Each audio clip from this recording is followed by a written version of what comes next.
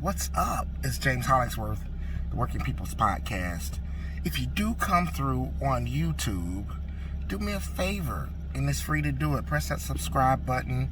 You can also press the notification bell, and you'll get notified when I do upload new videos, new content, and stuff like that. But also to help out with the algorithm and show your support for the channel, along with subscribing, you can also press the like button. If you do come through and watch on Facebook, go ahead and send me a friend request. I still got plenty of room for more friends, and you can also follow me on Facebook as well. If you'd like to follow me on my other social media platform like Instagram, I'm on Instagram as the underscore piano guy on Instagram. But I want to just come through real quick and something that just kind of came on my mind, and I wanted to just kind of give you something to think about. In my life, well, let me say this first. There was a time in my life when I thought there were things that I wanted. I thought I was going to be, working in corporate America, suit and tie, briefcase, computer, the whole shebang, Thought I was going to be, going to an office every day, driving a luxury, model foreign car. And, well, let me just take 2 steps backwards and say that a lot of times we want something so bad, and we have a plan for our life and a path that we want to follow. And when we want something so bad, and we have a vision and a plan and a path that we see as an end goal or end result for our life, and a lot of times that plan goes against maybe what God has for us, or just things that in the long term would make us happy, that would bring us fulfillment, that we would be content doing. That brings us peace and a sense, like I say, a sense of fulfillment. And for me, one of the biggest, like I was going to say initially, one of the biggest things, or the most important decisions that I ever made in my life, and I'm so glad I did, was giving up my ideal and my desires to be the guy in the suit and tie and the necktie and the briefcase, and giving up that and trading that in for a hard hat and steel-toe boots, and becoming a firefighter. When I was very active doing that. So those are some of the things I'm so glad that I did. But if you would have asked me 15 years ago or 20 years ago what I wanted to do, I would have told you about, I saw myself in corporate America, being a financial advisor and, all of that stuff, computer, sitting in an office, on the 44th floor, or whatever the case may be. But I'm so glad that I gave up my plans, the things that I seriously thought that I wanted in my life. And I still travel down those paths, right? And I still learn so much. I have a pretty extensive background in sales. Nothing that I regret as a musician. I've had the opportunity to travel all over the United States,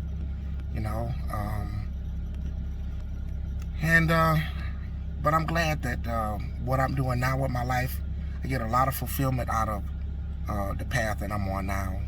I feel like that I'm really on my purpose, and I don't feel like I'm missing out on anything in life. I feel very content. I'm satisfied. I'm happy with my life. And so I would challenge anybody to really dispel the narratives about how your life is supposed to look, and even to do some self-evaluation and evaluate, why are you struggling so bad trying to achieve what you want? Sometimes it's not because the devil's trying to stop you. Sometimes you really should probably sit down and evaluate, the direction that you're going and the path your life is going, and the journey that you're on. Is that really, really, really what you want? And what's your why? A lot of people's why has nothing to do with self-fulfillment. It has to do with, the expectations of others, or trying to prove something, or whatever the case may be. And purpose doesn't have to be about any of that. I think that purpose, first and foremost, is about self-fulfillment and motivated about how you can help others. And yeah, I'll leave that part at that. So with that in mind, recently I've seen some, I'm not gonna say disturbing, but I've seen some videos.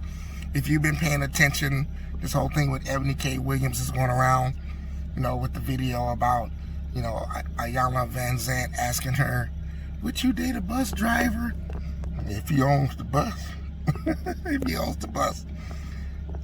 Hey, especially for men, look, you could be perfectly happy working blue collar. Like I say, I thought corporate America and white collar job and all that stuff was going to be my journey. But I'm so glad that I chose the path of blue collar. So glad. I'm very, very content and happy and self-fulfilled. But I would say that a lot of times, unfortunately, in our pursuit of relationships, we feel like a certain person has to make a certain income and have a certain status. And now we're flooded with certain things on social media that paint a picture as if a certain type of lifestyle is supported by certain occupations and things like that. And we just came out of COVID, but how soon we forget and how short our memories are, right? Where when the government and many states were shutting activities down and businesses down, there's one thing that they said was necessary, and that was essential workers. I would challenge you to say that if for 30 days or 60 days, we already saw the struggle, the economic struggle, and the financial hardships that were created from the COVID shutdowns. Can you imagine if for 90 days, for 3 months or 6 months, they would have shut down essential workers, people who we walk past every day, and all of us seem, not all of us, but many, many, many people seem to be striving for some type of elite lifestyle where they want to be able to stand above others and be looking down at other people, and so the significant difference here is what you want essential? Is what you want even essential to God's purpose and plan for your life? So a lot of times people making a lot of money are doing things that ain't really essential. They've just built the brand.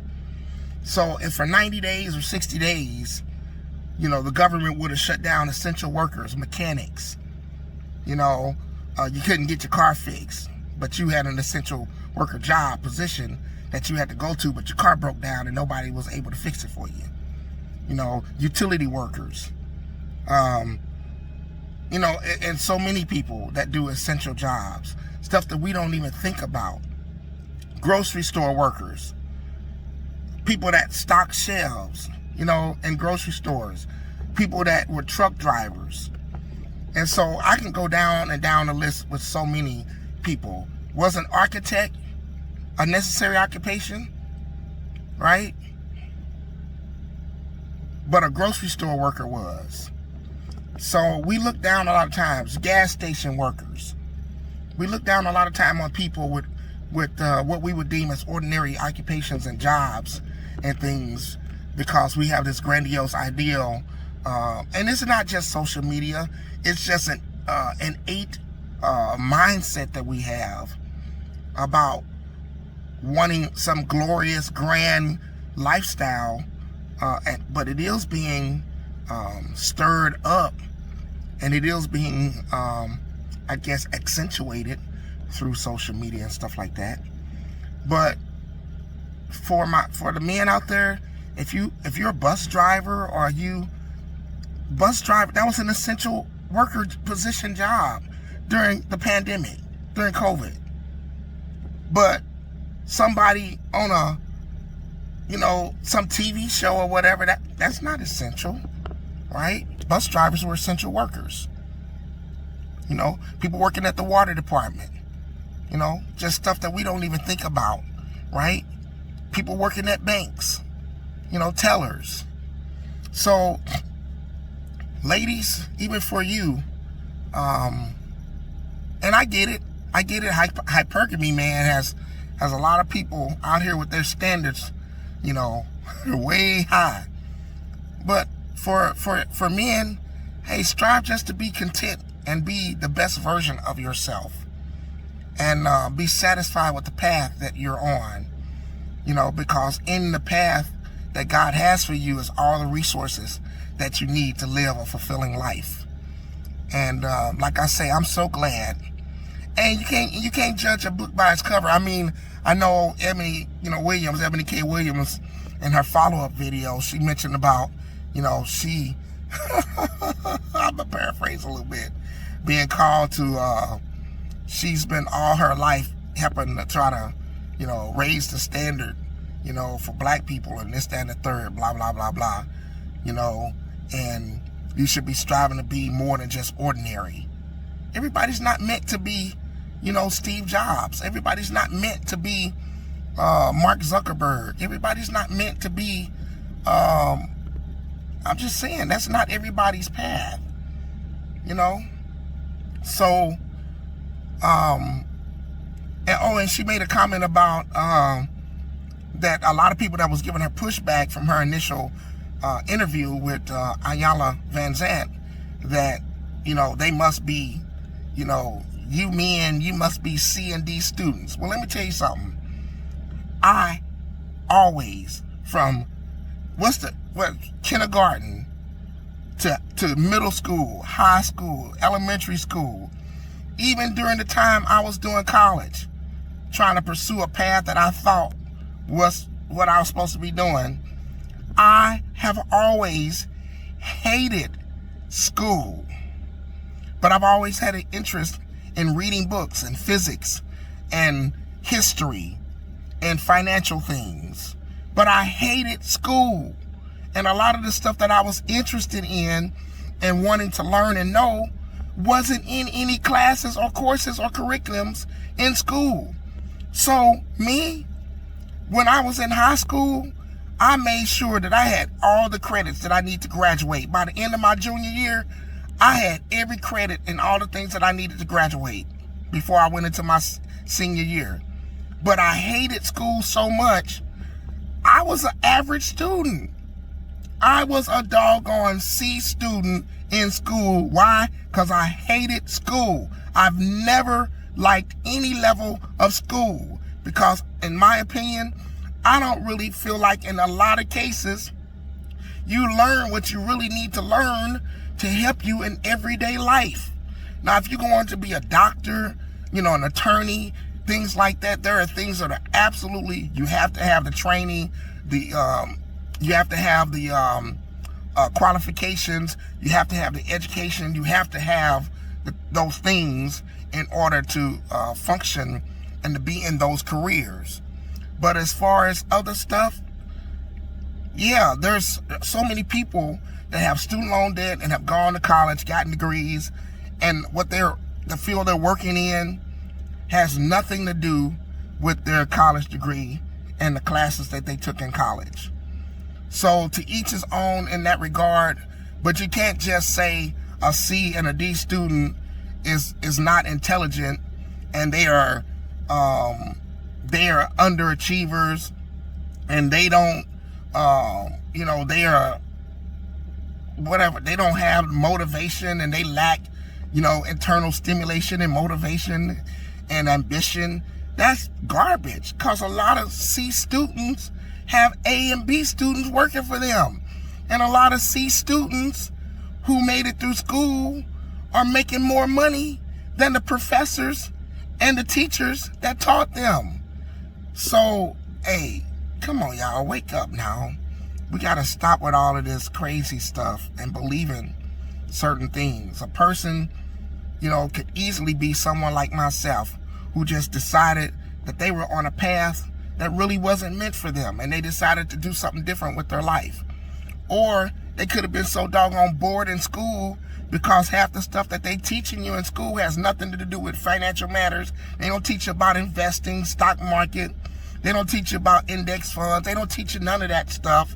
You know, you don't learn how to sell, you know, how to be, you don't learn that stuff in school, right? I didn't learn how to be an elite musician, a proficient musician in school, elementary school, college. In fact, even a lot of people that do may go to college for music or something like that, even go to Juilliard. Trust me, by the time they got to Juilliard, and what got them in Juilliard was because they was already pretty proficient at their gift and at their talent before they got there and before they were enrolled. So, to make a long story short,